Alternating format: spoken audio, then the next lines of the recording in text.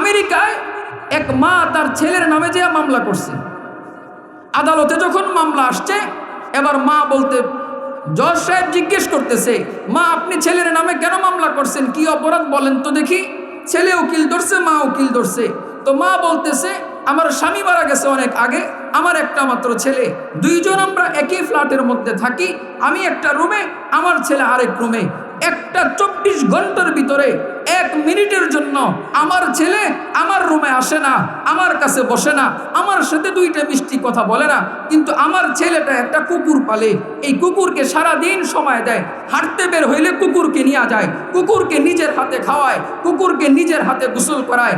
আমি আপনার কাছে চাই আপনি কোনো আইন করে দেন যেন আমার ছেলেটা দিনে একটা সময় হইলেও আমি মায়ের কাছে যেন একটু সময় দেয়।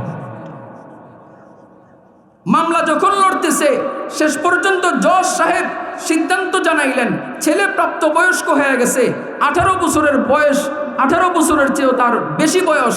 এখন ছেলেকে জোর করা, তার উপর দায়িত্ব চাপাই দেওয়া, এটা আদালতের খেলাফ হবে, আইনের খেলাফ হবে, এটা সম্ভব না। নাউজুবিল্লাহ বলেন। কিন্তু কুকুর যেহেতু ছেলেটাই কিনে আনছে, এবার এই কুকুরকে লালন পালন করা এই ছেলের জিম্মাদারি। অতএব ছেলেটা কুকুরকে লালন পালন করবে, খাওয়াবে, এটা তার জিম্মাদারি, এটা তাকে করতে হবে। এবার আপনি মা যদি আপনাকে সময় না দেয়, আপনি আমাদের কাছে আবেদন করলে আমরা আপনাকে কোনো একটা বৃদ্ধাশ্রমে দিয়ে আসবো। আসতে বলেন নাউজুবিল্লাহ।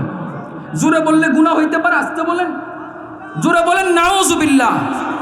এবার আসেন, এই হলো অনইসলামিক সমাজের কথা বললাম।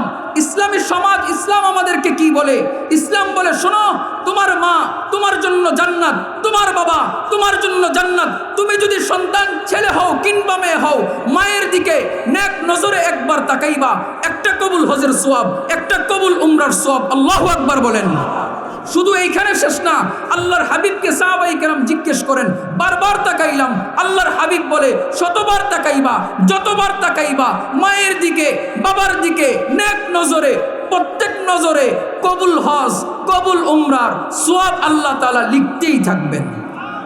শুধু এইখানে না, ইসলাম মাকে কি পরিমাণ মর্যাদা দিয়েছেন, ইসলামী সমাজে মায়ের কি পরিমাণ মূল্য। আল্লাহর নবী বলেন আল উম্মাতু তাহতা আকদামিল উম্মাহাত, বলে আল জান্নাতু তাহতা আকদামিল উম্মাহাত, বলে শোনো মায়ের পায়ের নিচে সন্তানের বেহেশত। সুবহানাল্লাহ বলেন।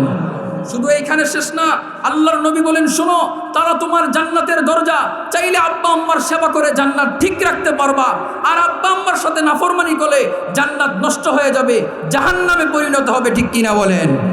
এই হলো ইসলামিক সমাজ আর অনইসলামিক সমাজ। ইসলাম এত বড় নেয়ামত, ইসলাম এত বড় নেয়ামত, আমাদেরকে এই পরিমাণ সুযোগ সুবিধা, এই পরিমাণ সুন্দর সমাজ ইসলাম আমাদেরকে উপহার দিয়েছেন। আলহামদুলিল্লাহ বলেন।